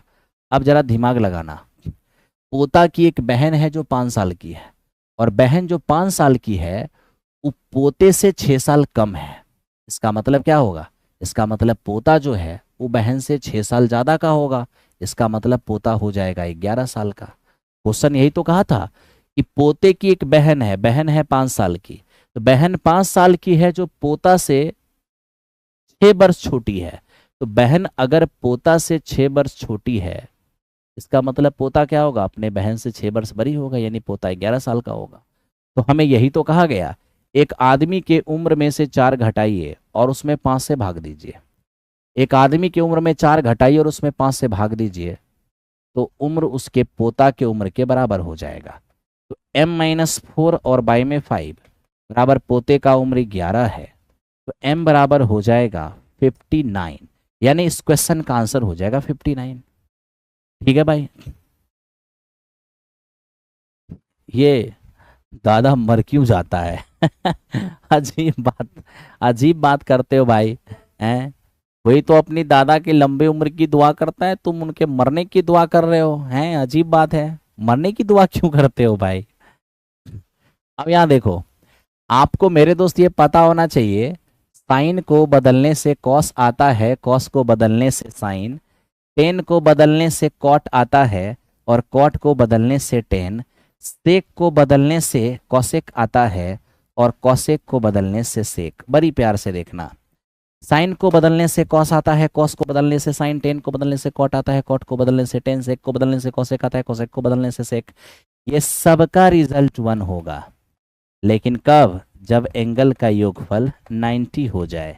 यहां भी देख लो ना मेरे दोस्त, साइन को बदलने से कॉस, एंगल का योग 90 है, तो ये भी हमारा 1 होगा, माइनस कॉसेक को बदलने से सेक, एंगल का योग 90 है, तो ये भी हमारा 1 होगा।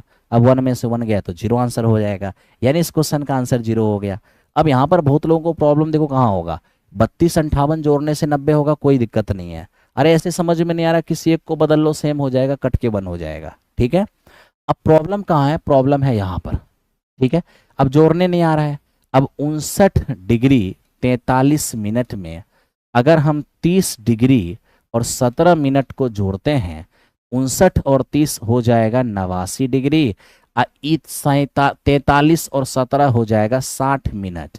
अब आपको पता होना चाहिए कि 60 मिनट का मतलब 1 डिग्री होता है, तो मेरे दोस्त 90 डिग्री तो हो ही गया है। इतना कंफ्यूजन में क्यों है, काहे का कंफ्यूजन में रहेंगे। ओके, चलो ये दादा पोता एक बार और कर लेना खुद से, एक बार और रिकॉर्डेड में रहेगा ही, तो मुझसे दादा पोता एक बार और करवाएगा। देख भाई ये क्वेश्चन क्या है, देखो कह रहा है कि एक नल एक टैंक को 6 घंटे में भर सकता है, कह रहा है कि आधा टैंक भरने के बाद 3 और समान क्षमता वाले नल को खोल दिया जाता है, अब भरने में कितना टाइम लगेगा, आप ही बताइए मेरे दोस्त, एकदम ध्यान से देखना हुआ क्या है। एक 1/2 पार्ट और 1/2 पार्ट, ठीक है। एक नल है जो किसी टैंक को 6 घंटे में पूरा पूरा भर सकती है। नल चला दिया गया, आधा भरा। आप ही सोचिए, जो नल 6 घंटा में पूरा भर सकता है वो आधा भरने में तो 3 ही घंटा लेगा। आप कहोगे हाँ जी सर। अब परेशानी कहाँ है कि आधा भरने तक में 3 घंटा लगा, उसमें दिक्कत नहीं है, लेकिन आधा भरने के बाद उसने क्या किया, वैसे वैसे 3 नल को और चला दिया। तो एक नल तो चल ही रहा था, 3 नल और चला दिया, यानी कि क्षमता को 4 गुना कर दिया। जैसे ही आधा भरने के बाद इफिशियंसी 4 गुना हो जाएगा तो टाइम लगेगा चौथाई। इफिशियंसी 4 गुना हो जाएगा तो टाइम लगेगा चौथाई। अब 3/4 घंटा का मतलब होता है 45 मिनट। तो मेरे दोस्त हो गया 3 घंटे 45 मिनट, यानी इस क्वेश्चन का आंसर ऑप्शन नंबर बी हो जाएगा।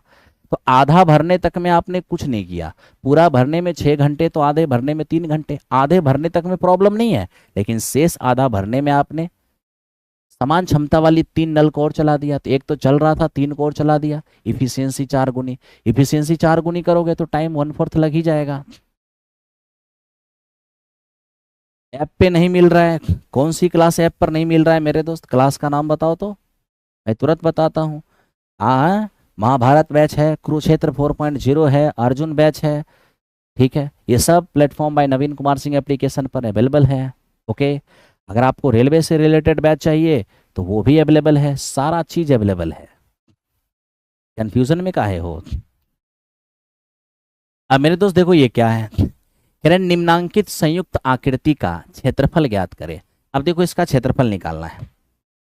अब इस आकृति में मुझे दो चीज दिख रहा है, समझो इसको। अब देखो ये क्या है, अगर इसकी एरिया हम फाइंड करने जाएंगे तो क्या होगा, एक आयत है और एक समकोण त्रिभुज है। ठीक है, अब आयत का क्षेत्रफल अगर निकालेंगे तो लंबाई और गुने चौड़ाई, 19 और गुने 6। ठीक है, और ये त्रिभुज का एरिया निकालने जाएंगे तो 1/2 समकोण त्रिभुज का एरिया, आधार और गुने ऊंचाई, ये हो जाएगा हमारा 21। ठीक है, और ये हो गया 114। 114 हो गया आयत का एरिया और त्रिभुज का एरिया हो गया 21, यानी कि 135 इस क्वेश्चन का आंसर हो जाएगा। 135। ठीक है, 135। चलो मेरे दोस्त ध्यान दो, देखो इस क्वेश्चन में क्या लिखा हुआ है। ये कहता है कि प्रजा ने अपने जन्मदिन पर पार्टी में 7:6 के अनुपात में पुरुष और महिला को आमंत्रित किया। यदि पार्टी में आने वाले पुरुषों की संख्या 56 है तो पार्टी में शामिल होने वाले मेहमानों की कुल संख्या क्या होगा? ये तो बहुत आसान है। ये मेरे दोस्त देखो मेल है और फीमेल है, मेल और फीमेल का रेशियो 7:6 है। ठीक है, हमें ये कहा गया कि जो मेल है ना उसकी संख्या है मेरे दोस्त 56। अब देख लो मेरे दोस्त 8 गुना है, तो आप इधर भी 8 गुना कर दो, हो जाएगा 48। दोनों को ऐड कर दोगे 104। ये तो बहुत सिंपल है, इसमें तो कोई जान नहीं था, इसमें तो आराम से तूने कर लिया होगा भाई, आराम से सभी लोगों ने किया होगा। अब आओ इसको कर लेते हैं। अब देखो ये हमें कह रहा है कि किस प्रकार की त्रिभुज है। अब त्रिभुज की भुजा का अनुपात जो है वो 3:4:5। अब त्रिभुज की भुजा का अनुपात 3:4:5 है, तो मेरे दोस्त ये तो हमें दिख रहा है 3 का स्क्वायर प्लस 4 का स्क्वायर बराबर 5 का स्क्वायर, यानी ट्रिपलेट। अब जैसे ही ट्रिपलेट दिख रहा है इसका मतलब ये समकोण त्रिभुज है। जैसे दिख रहा है ट्रिपलेट ये समकोण त्रिभुज है। ठीक है ना?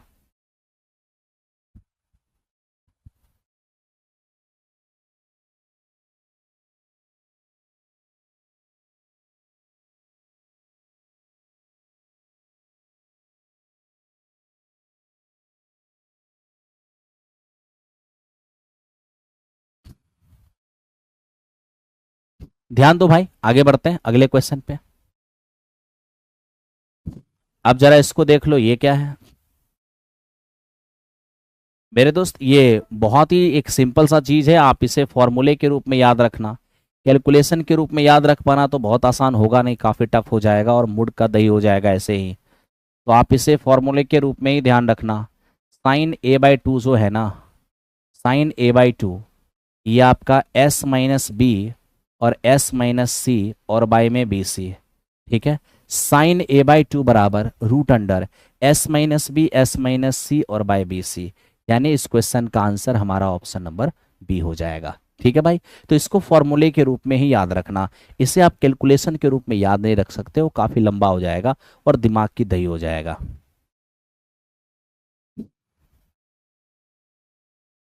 अब देख मेरे दोस्त ये क्या हो जाएगा। अब देखो यहां पर हमें क्या कहा गया कि सर बताओ जरा इनमें से शांत दशमलव क्या होगा। एक दो तीन चार, चार हमारे पास फ्रैक्शन है, कह रहे किस फ्रैक्शन का दशमलव प्रसार शांत होगा। अब आपको ये बात पता होना चाहिए, ऊपर में नंबर और नीचे केवल 2 की पावर m, या मेरे दोस्त केवल 5 की पावर m, या मेरे दोस्त 2 की पावर m और 5 की पावर n। अगर इस फॉर्म में 2 की पावर m 5 की पावर m या 2 की पावर m इंटू 5 की पावर n, यानी डिनोमिनेटर में केवल 5 केवल 2 केवल 5 या 2 और 5 रहे, तो इस स्थिति में दशमलव प्रसार शांत होगा, आई मीन टर्मिनेटिंग होगा, टर्मिनेटिंग, ठीक है भाई। लेकिन ये ध्यान रखना नंबर इसके नीचे में केवल 2 की पावर m या केवल 5 की पावर m या 2 की पावर m और 5 की पावर n, मेरे दोस्त ये हमारा बोथ हो रहे, बोथ के अलावा कोई और हो, कोई और हो, मतलब नीचे जो है ना 2 और 5 के अलावा कोई और हो जाएगा, तो इस स्थिति में दशमलव का प्रसार अशांत तो होगा लेकिन साथ में आवर्ती होगा, ठीक है। यानी कि नॉन टर्मिनेटिंग रिपीटिंग हो जाएगा, नॉन टर्मिनेटिंग रिपीटिंग, ठीक है भाई। तो नॉन टर्मिनेटिंग रिपीटिंग हो जाएगा, ओके। अब ये देखो सबसे पहली बात, यहां पर अगर मेरे दोस्त हमें 11 सतह 77 कर भी देते हैं तो ये हमारा 27, नीचे में 2 और 5 के अलावा 3 अवेलेबल है, इसका मतलब ये शांत तो नहीं हो सकता, ये हमारा अशांत आवर्ती होगा। यहाँ आप देख लो एक साथ से एक साथ काट भी दोगे तो भी नीचे में 2 के अलावे 7 है, ये भी हमारा शांत नहीं हो सकता, ठीक है। अब यहाँ देख लेना ये तो मेरे दोस्त 343 29 से कटना है नहीं, 343 का मतलब आप समझ रहे हो, ठीक है भाई, 7 गुने 7 गुने 7। तो वैसी स्थिति में मेरे दोस्त यहाँ भी नीचे में 2 और 5 के अलावे कोई और है तो ये भी हमारा क्या हो गया, तो ये भी हमारा फिर दोस्त अशांति हो जाएगा, अशांत आवर्ती हो जाएगा। लेकिन इसकी बात करोगे 15 कम 15 15 चौके 60, तो ये मेरे दोस्त नीचे में तुझे 8 दिखेगा, 8 का मतलब क्या हो, सॉरी 40 का मतलब क्या होता है, केवल 2 और 5, तो यहाँ डिनोमिनेटर में केवल 2 और 5 है, तो यही वो दशमलव प्रसार है जो मेरे दोस्त शांत होगा, यानी दशमलव प्रसार शांत यहाँ पर 15/600 का होगा। आई होप सभी को समझ में आ रहा होगा। चलो ये हमारा 97 था। अब आते हैं, अब 98 की ओर चलते हैं। देखिए 98 ये क्या है मेरे दोस्त, ये हमारा एक पैरेललोग्राम है, ठीक है। अब आपको ये बात जरूर पता होना चाहिए कि पैरेललोग्राम के अंदर होता क्या है। देखिए जब भी क्वाड्रिलेटरल कोई, अगर कोई क्वाड्रिलेटरल पैरेललोग्राम या उसके प्रजाति का है, अब क्वाड्रिलेटरल पैरेललोग्राम का प्रजाति क्या होता है, तो मेरे दोस्त रोम्बस, रेक्टेंगल, स्क्वायर, पैरेललोग्राम ये सब एक ही खानदान के लोग हैं। आप मुझे इग्नोर कर रहे हैं ध्रुव राठी।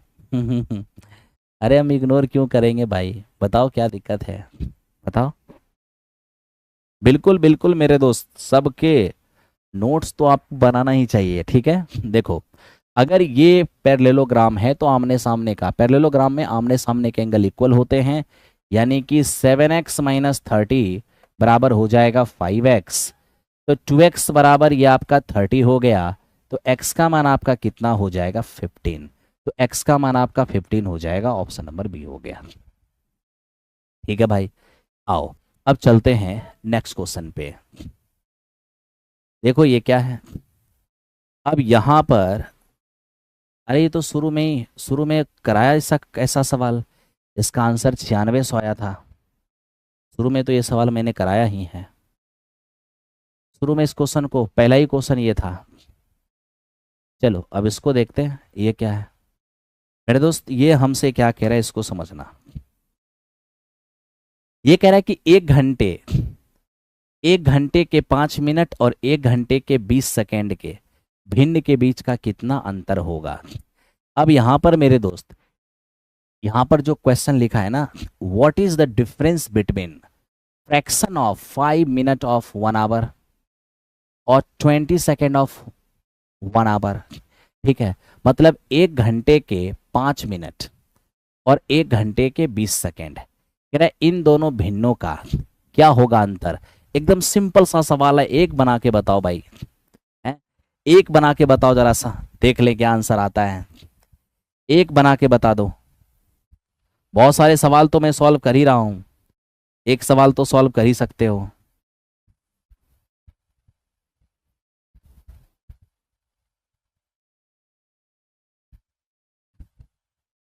क्या कह रहे हो धुबराठी, आपका क्लास लेना है? कौन सा क्लास लेना है भाई?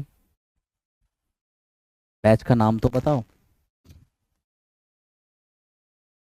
ठीक है सर, स्पीड प्लीज 12 o'clock। हाँ ठीक है। अब क्वेश्चन ही कहाँ, थोड़ा ही क्वेश्चन बचा है।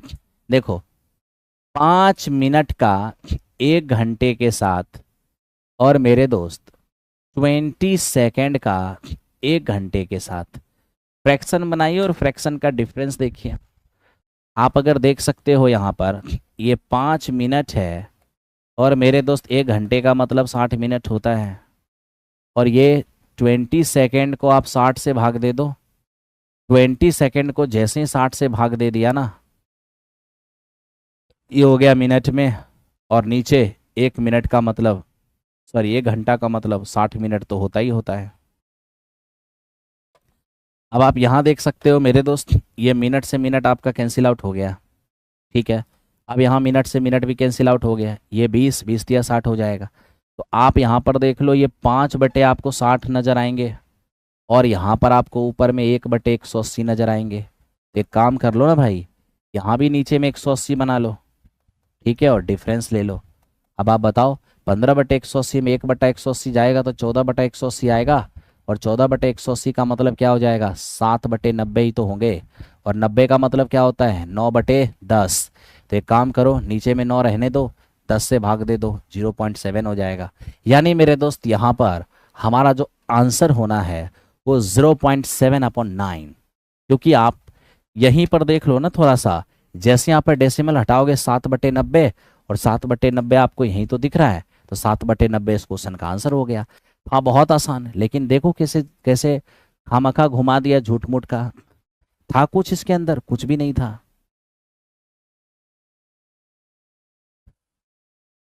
अब इस क्वेश्चन पे आ जाओ और देखो ये क्या है मेरे दोस्त, बहुत आसान है, आपको कोई दिक्कत नहीं होना है, आप आराम से कर लोगे। देखो ये क्वेश्चन कह रहा है कि A B C D E और एफ का माध्य है 36, बी डी और एफ का माध्य है 28, ए सी ई का माध्य क्या होगा। अब आप देख लो, A B C D E और एफ, 6 संख्या का माध्य अगर 36 है, योगफल 216 हो जाएगा। इसमें B D F, B D और एफ, इन तीनों का माध्य है 28, 28 है 3 संख्या का माध्य, तो योगफल हो जाएगा 84। तो फिर हमारे पास ए सी और ई कितना बचेगा, तो 216 में से 84 को हटा दो, ये 2 होंगे, 21 में 8 चला गया, तो मेरे दोस्त ये 13 होंगे। तो अब आप ही बताओ, ये 3 संख्या का योगफल 13 है, तो बताइए इस 3 संख्या का माध्य क्या होगा। तो इस तीनों का माध्य निकालेंगे तो आपको 44 नजर आएगा। इस क्वेश्चन का आंसर ऑप्शन नंबर 44 आ गया, ऑप्शन नंबर सी 44 आ गया। ठीक है, आइए बढ़िए। अब केवल और केवल 10 क्वेश्चन बचे हैं जो बहुत सिंपल सिंपल हैं। आइए हम लोग काम करें, तुरंत उड़ा दे 5 मिनट में। ठीक है, बाह्य बिंदु P से देखिए, एक बाह्य बिंदु, कहीं पर एक बाह्य बिंदु P है और मेरे दोस्त इससे सर्कल पर स्पर्श रेखा खींची गई है, बाह्य बिंदु P से स्पर्श रेखा खींची गई है, ठीक है। और आप ये देखिएगा कि ये हमारे पास एक सेंटर है O, ठीक है। और हमें ये कह रहा है कि PAB है 55। ये देखिए, ये A है मेरे दोस्त, ये हमारा B है, ठीक है। अगर हम इसको मिला दें, इससे इसको और इससे इसको मिला दें, एकदम ध्यान से देखिए, ये क्या कह रहा है, PAB यानी इसको अगर मिला दिया जाए तो PAB यानी ये आपको दिया हुआ है 70, ठीक है। तो मेरे दोस्त 70 नहीं है, 55 है, ये हमारा 55 है। आपको पता है वो 55 होगा ना, तो मेरा ये भी 55 ही होगा। क्यों? बाह्य बिंदु से वृत्त पर खींचे गए स्पर्श रेखा एक समान होती है, ठीक है। और किसी त्रिभुज में जब दो भुजा बराबर तो सामने के कोण भी बराबर, ये 55 तो ये भी 55 हो जाएंगे। अब 55 55 110 हो जाएंगे, तो ये पक्का हमारा 70 हो जाएगा। हमें चाहिए AOB। आपको पता होना चाहिए कि ये वाली कोण और ये वाली कोण मिलकर 180 होता है, जिसमें ये 70 है तो ये पक्का 110 हो जाएगा। यानी इस क्वेश्चन का आंसर हमारा 110 हो जाएगा। कहीं से भी आपको कोई दिक्कत नहीं होना चाहिए, ठीक है। चलो अब आगे बढ़ते हैं मेरे दोस्त, इस पे आ जाओ और इसको देखो ये क्या लिखता है। देखो ये लिखता है कि एक बॉक्स में 6 सफ़ेद 2 काली और 3 लाल गेंद हैं। यह दृक्ष रूप से गेंद निकाला जाता है, इसके सफ़ेद नहीं होने की प्रोबेबिलिटी क्या होगा। अब देखो सफ़ेद नहीं होने की प्रोबेबिलिटी निकालना है तो एक में से सफ़ेद होने की प्रोबेबिलिटी घटा दो, एक में से सफ़ेद होने की प्रोबेबिलिटी घटा दो। ये रहा मेरा एक और माइनस। अगर सफ़ेद होने की बात करोगे तो इसी 6 में से होगा, ठीक है, इसी 6 में से कोई एक होगा है। लेकिन निकाले थे किस में से, 6 2 8 और 3 11, 11 में से। तो एक माइनस ये 6/11 जो आपका हो जाएगा 5/11। आई होप कि आपको इस क्वेश्चन को समझ में आया होगा। ऑप्शन नंबर 20 क्वेश्चन का आंसर हो गया, ठीक है। अब जरा इसको देख लो, ये क्या है मेरे दोस्त, ये हमें कहता है कि सर ये हमारे पास एक 2x-1 एक फैक्टर है इस पॉलिनोमियल का, ठीक है। तो आपको क्या करना है, फैक्टर को 0 के बराबर करके और x का मान निकाल लेना है। अब x का मान जैसे ही आप निकाले हैं, 2x की पावर 4 - 7x² प्लस x और प्लस k, 2x की पावर 4 - 7x³, ओहो 7x³ है मेरे दोस्त, 7x³, ठीक है, प्लस x प्लस k। जानते हो अगर अगर इस बहुपद के ये शून्यक हैं तो शून्यक का काम है 0 बना देना। तो लीजिए 2 गुने 1/2 की पावर 4 1/16 होगा, -7 गुने 1/2 का क्यूब 1/8 हो जाएगा, प्लस ये 1/2 प्लस के और बराबर हो जाएंगे 0। अब आप यहाँ देख लीजिए 1/8 है, -7/8 है। मैं चाहता हूँ कि 1/2 को भी आप नीचे 8 बना लो तो 4/8 हो जाएगा और प्लस के बराबर 0 हो जाएगा। तो के बराबर हो कितने जाएंगे, अब 4 1 5, यहाँ देखिए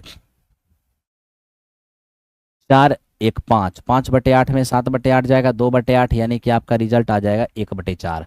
तो इस क्वेश्चन का आंसर आपका हो जाएगा 1/4। बहुत ही सिंपल, आप 1/4 निकाल सकते हो, कहीं कोई दिक्कत नहीं है, ठीक है मेरे दोस्त। ये था हमारा 103 नंबर प्रश्न। आइए अब 104 नंबर क्वेश्चन पे आइए और देखिए 104 नंबर क्वेश्चन क्या है मेरे दोस्त। हमें ये कह रहा है कि सर यातायात की सिग्नल क्रमशः 48, 72 और 108 मिनट के अंतराल पे स्वतः बदलते हैं। यदि 8:20 पर पहली बार बदला हो, ठीक है, तो बताइए दूसरी बार ये किस समय बदलेगा। तो मेरे दोस्त देखिए, जितना जितना समय अंतराल पे स्वतः ये बदल रहा है, आप उस समय का एलसीएम लीजिए। एलसीएम लीजिएगा 432, सेकेंड है तो सेकेंड में आएगा, यानी कि 432 सेकेंड के बाद ये स्वतः बदलेगा, ठीक है भाई। आप इसे मिनट में बदल दीजिए, 60 से भाग दीजिएगा, 7 छके 42, यानी मेरे दोस्त 7 मिनट पूरा पूरा बच जाएगा 12 सेकेंड, ठीक है। तो मेरे दोस्त 7 मिनट 12 सेकेंड, तो 7 मिनट 12 सेकेंड के बाद तो आप ही बताइए 8:20 है ना, यहाँ बजा था और अब 7 मिनट 12 सेकेंड के बाद बजेगा। इसका मतलब ये हो गया कि 8:27 और 12 सेकेंड, इतना टाइम पर ये खुद से रिपीट होगा और पहली बार एक साथ बजेगा। कल जैसा मुस्कान नहीं दिख रहा है, मुस्कान तो आज भी है, बस देखने का आपका रुख बदल गया है। ठीक है, मुस्कान आज भी है और मेरे दोस्त आपका प्यार बना रहा तो आगे भी ऐसे ही मुस्कान बना हुआ रहेगा। ठीक है, चलिए एक सवाल जो भी आप देख पा रहे हो मेरे दोस्त, एक छोटा सा सवाल है ना, हल्का सा सवाल है। ठीक है, ये मैं आपको HW देता हूँ, आप लोग बना करके इस सवाल को जरूर मेरे दोस्त कमेंट में इसका आंसर लिखना।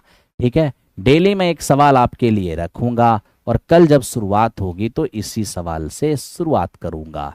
तो कमेंट बॉक्स के अंदर आप इसका जवाब जरूर लिख के देना।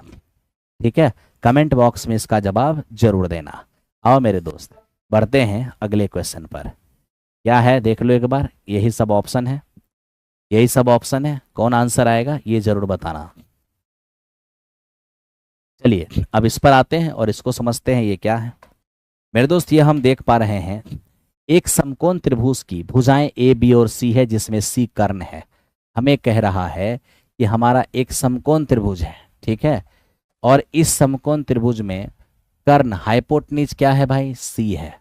तो अगर ए बी सी में सी अगर हाइपोटेन्यूज है तो कन्फर्म ये ए और ये बी होगा, चाहे यही ए यही बी होगा, क्योंकि सी को तो कह दिया गया कि सी कर्ण है, इसका मतलब लंब आधार ए बी है। हमें कहा इसके अंदर एक सर्कल है जिसकी रेडियस है छोटी आर। पता ही छोटी आर का मान क्या होगा। तो मेरे दोस्त समकोण त्रिभुज में अंतःवृत्त की त्रिज्या जो होती है वो लंब प्लस आधार माइनस कर्ण बटा 2 होती है। ठीक है, और परिवृत्त की त्रिज्या जो होती है वो सीधे सीधे ऐसे याद रखना कर्ण बटा 2 होता है। अंतःवृत्त की त्रिज्या लंब प्लस आधार माइनस कर्ण बटे 2 होता है और मेरे दोस्त परिवृत्त की त्रिज्या कर्ण बटे 2 होता है। इतनी रात को पढ़ाते हैं तो बच्चे सो भी जाते हैं, कोई बात नहीं, सो जाने दीजिए। अरे जो जगेगा, जो जगेगा सो पाएगा, जो सोएगा सो खोएगा।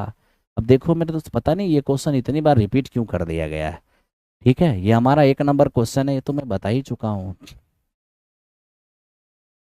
अब इसको देखो मेरे दोस्त, ये क्या है हमारा।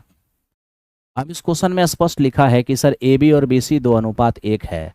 एम जो है वो मिड पॉइंट है।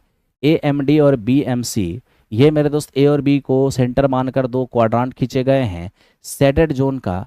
ठीक है, छायांकित भाग के क्षेत्रफल का अनुपात क्या होगा। तो छायांकित भाग का क्षेत्रफल और मेरे दोस्त पूरे क्षेत्रफल का अनुपात आपसे मांगा गया है। चलिए देख लेते हैं। शेडेड जोन का पार्ट पूछ रहा है हमें, पार्ट ऑफ शेडेड जोन। तो पार्ट ऑफ शेडेड जोन का मतलब शेडेड जोन अपॉन टोटल, है ना, टोटल फिगर। अब आप बताइए, जब ये पूरा का पूरा आपका ए बी दिया हुआ है ये 2 रेशियो और ये आपको दिया हुआ है 1 रेशियो। ठीक है, आप ये समझते हैं कि ये है मिड पॉइंट। अगर ये मिड पॉइंट है तो कन्फर्म ये भी 1 हो जाएगा, ये भी 1 हो जाएगा। इसका मतलब ये है कि ए को सेंटर मान करके और बी को सेंटर मान के 2 क्वाड्रांट जो खींचे हैं वो दोनों का रेडियस कितना हो जाएगा जी, रेडियस तो 1 हो जाएगा। कहोगे हाँ जी सर। बाकी ये एक आयत है। अगर आपको पहले तो आप शेडेड जोन निकाल लीजिए। अगर आपको शेडेड जोन का एरिया चाहिए तो उसके लिए पहले आयत का क्षेत्रफल लंबाई गुने चौड़ाई, उसमें से आपको घटाना होगा क्या, 2 क्वार्टर सर्कल, क्वार्टर सर्कल 2, तो कोई बात नहीं, 2 गुने क्वार्टर सर्कल का एरिया होता है 1/4 पाई आर स्क्वायर। पाई आर है 1, 1 का स्क्वायर तो 1 ही हो जाएगा है। अब यहाँ से हो गया 2 और माइनस 4 से ये हो जाएंगे 11/7।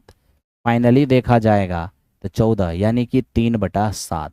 तो मेरे दोस्त अगर हम ये देखें शेडेड जोन का एरिया तो बिल्कुल हमें ये दिख रहा है शेडेड जोन का एरिया। ठीक है, तो शेडेड जोन का एरिया हमारा 3/7 है। शेडेड जोन का एरिया हमारा 3/7 है। सर आप पढ़ा नहीं पाते हो, मजा नहीं आ रहा। ओहो आ गए, बढ़िया, वेरी गुड। मैं नहीं पढ़ा पाता तो तू कहीं और चला जा भाई क्यों परेशान है ना। हम जानते हैं तू कभी कभी आ जाता है, कोई बात नहीं। मैं पढ़ा पाता हूँ नहीं पाता हूँ इससे तुझे क्या फर्क पड़ता है मजा नहीं आ रहा है तो कहीं और चला जा। देखो दोस्त, ये देखो यहाँ पर x tends to real number. अब देखिए ये x tends to real number है, ये हमारे पास 4x² माइनस 12x प्लस 11 का मिनिमम मांग रहा है ना, मिनिमम वैल्यूज।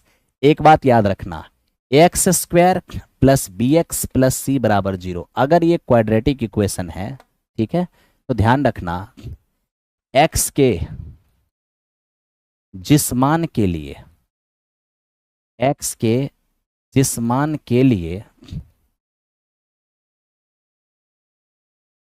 कोई क्वाड्रेटिक इक्वेशन, कोई क्वाड्रेटिक इक्वेशन, ठीक है, एक्स के किस मान के लिए कोई क्वाड्रेटिक इक्वेशन मैक्सिमम होगा या मिनिमम होगा, एक्स का वो मान कुछ और नहीं -b/2a होगा। ठीक है भाई, तो आप सबसे पहले क्या कर लो, ये x के जिस मान के लिए मिनिमम होगा x का वो मान निकाल लो। तो x का वो मान कैसे निकलेगा, -b/2a। तो देखो माइनस और b है आपका -12 और बाय में 2a, a है आपका 4, ये हो जाएगा 12/8 यानी कि 3/2। तो मेरे दोस्त यहां से x का मान आ गया 3/2। तो अब आप देख पा रहे हो यहां पर x का मान 3/2 हो गया। तो मेरे दोस्त ये जो हमारे पास x का मान 3/2 हुआ ना, इसका मतलब यह है कि x का मान 3/2 के लिए वो जो समीकरण है वो आपका मिनिमम होगा। तो आओ जरा सा मिनिमम कर लेते हैं, यानी x का वही मान इसमें बैठा दो, ये हो जाएंगे हमारा 9/4 -12 गुने ये 3/2 और प्लस में 11, तो यहाँ से आपका हो जाएगा 9 और यहाँ से हो जाएगा 6×3 = 18 प्लस 11, 20 में से 18 जाएगा 2, तो इस क्वेश्चन का आंसर हो गया। तो मेरे दोस्त ये ध्यान रखना कि 2 इस क्वेश्चन का आंसर हो जाएगा, कहीं से आपको कोई परेशानी नहीं होगा। 2 2 2 2 इस क्वेश्चन का आंसर होगा।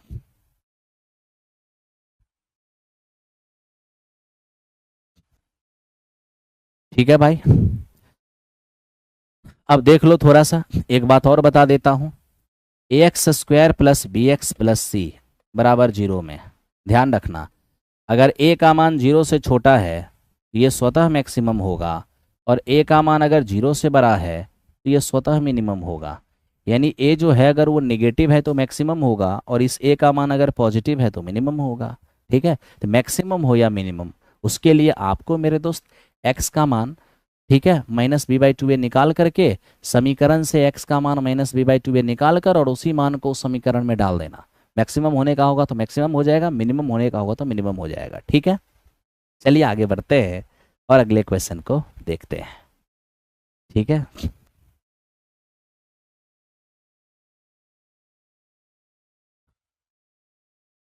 चलो मेरे दोस्त अब इसको देखते हैं, ये सेकेंड लास्ट क्वेश्चन है। भाई लोग को कुछ जानकारी चाहिए था क्या, एस्टेट फेज 2 का बैच कब तक आएगा प्लीज़ बताइए, आप यूट्यूब पर करवाएंगे। अरे एस्टेट का बैच आएगा मेरे दोस्त, एस्टेट का बैच जल्दी आ जाएगा, कुछ ही दिन में एस्टेट का बैच आ जाएगा। ठीक है, अब देखो हमें कह रहे हैं वह अनुपात ज्ञात करें जिसके लिए बिंदु -1,6 दो बिंदु इतना और इतना को किस अनुपात में बांचेगा। ठीक है, अब ये देखिए हमारा जो x1 y1 है ना मेरे दोस्त, x1 यहाँ देखना मेरे दोस्त, x1 y1 ये जो हमारा एक पॉइंट है ना, ये हमारा मेरे दोस्त -3,10 है, और एक पॉइंट हमारा है x2, y2, ये पॉइंट कितना है मेरे दोस्त, ये हमारा 6, -8 है। मैं आपसे बस एक ही चीज कहना चाहता हूँ, कहोगे वो क्या, -1,6 इसे किस रेशियो में बांटेगा जानते हो, ये जो है ना तुम्हारा सेक्शन पॉइंट है, ये तुम्हारा सेक्शन पॉइंट है -1,6। सेक्शन पॉइंट का कोई भी एक लेके चल लो, एक्स ही लेके चल लो, सेक्शन पॉइंट का एक्स होता है mx2 + nx1 और बाय m+n, हम अपना मन से अंत विभाजन मान लिए हैं, क्या ही दिक्कत है। तो सेक्शन पॉइंट का x देखोगे -1 है, m तो मालूम नहीं, रही बात x2 की, x2 हमारे पास 6 है, n हमें मालूम नहीं, x1 हमारे पास -3 है, और बाई ये हमारे पास m+n हो जाएगा। इसका गुना इधर करेंगे -m और ये -n, ये हो जाएगा 6m और -3n। अब देखिए -3n इस पर आके हो जाएगा हमारा +2n हो जाएगा, ये उस पर जाके 7m हो जाएगा। फाइनली m/n करने जाएंगे ना, 2/7 हो जाएंगे, 2/7, यही इस क्वेश्चन का आंसर होगा, 2/7, 2/7, 2/7। ठीक है, रेलवे का यूट्यूब पर क्वेश्चन आ रहा है मेरे दोस्त। 9 बजे से मैं रेलवे के लिए ही लाइव रहता हूँ। 9 बजे से रेलवे का क्लास मेरा चलता है और 10:30 बजे से टीचर के लिए चलता है।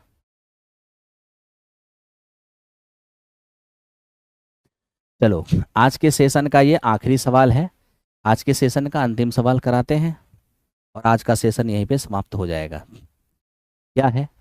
किसी स्कूल में विद्यार्थियों की उनके समग्र शैक्षणिक प्रदर्शन के लिए 7 नगद पुरस्कार देने के लिए 700 रुपए की राशि रखी गई। यदि प्रत्येक पुरस्कार अपने से ठीक पहले वाले पुरस्कार से 20 रुपए कम की हो तो अंतिम पुरस्कार कितने की होगी? आप बताओ। पहले पुरस्कार को एक्स मान लो, अगला इससे 20 रुपए कम के होंगे, अगला इससे फिर 20 कम के हो जाएंगे, है ना? यानी कि आपका 40 का हो जाएगा। इसी तरह से मेरे दोस्त घटते घटते घटते, ठीक है, पहला पुरस्कार x रुपए की है, उसके बाद 20 घटेगा, फिर 20 घटेगा, ठीक है। इस तरह से मेरे दोस्त कितने टोटल 7 प्राइज हैं और 7 प्राइज कुल मिला के कितना, 7 प्राइज का कुल मिलाकर 700 रुपये कॉस्ट है। यानी कि सातों पदों का योगफल जो है वो हमारा 700 है। हालांकि बहुत सिंपल है, लिख भी सकते हो। क्यों एपी का हेल्प लेना, इतना छोटा सा टर्म है तो एपी का हेल्प मत ही लो। क्या एपी का हेल्प लेंगे, है ना? बिना एपी का ही बना लो मेरे दोस्त, बिना एपी का ही बना लो, मत इतना टेंशन लो।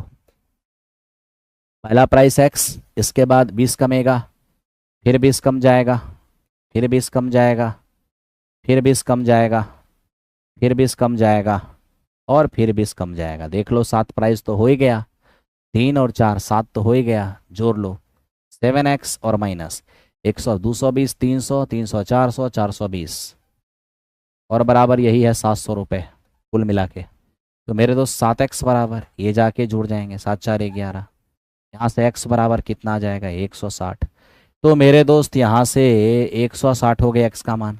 मुझे चाहिए क्या, सबसे अंतिम प्राइस।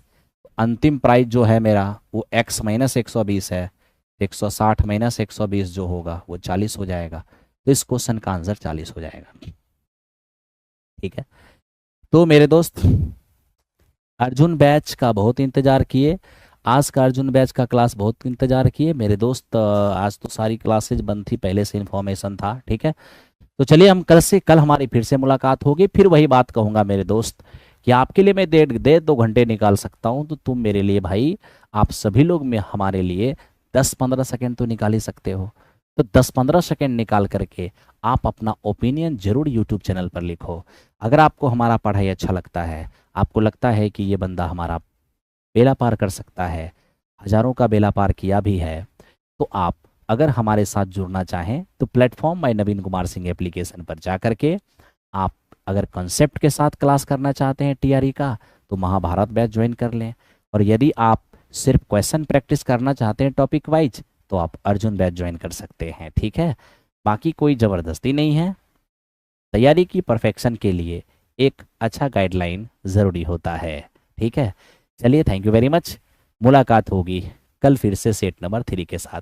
अभी कोई भी कमेंट लिखोगे तो ये कमेंट बाद में नहीं रहेगा, इसलिए आप लोग अभी कमेंट नहीं लिखना, लाइव बंद करने के बाद कमेंट लिखना 15 सेकेंड निकाल कर सभी लोग, ठीक है। चलो, थैंक यू वेरी मच।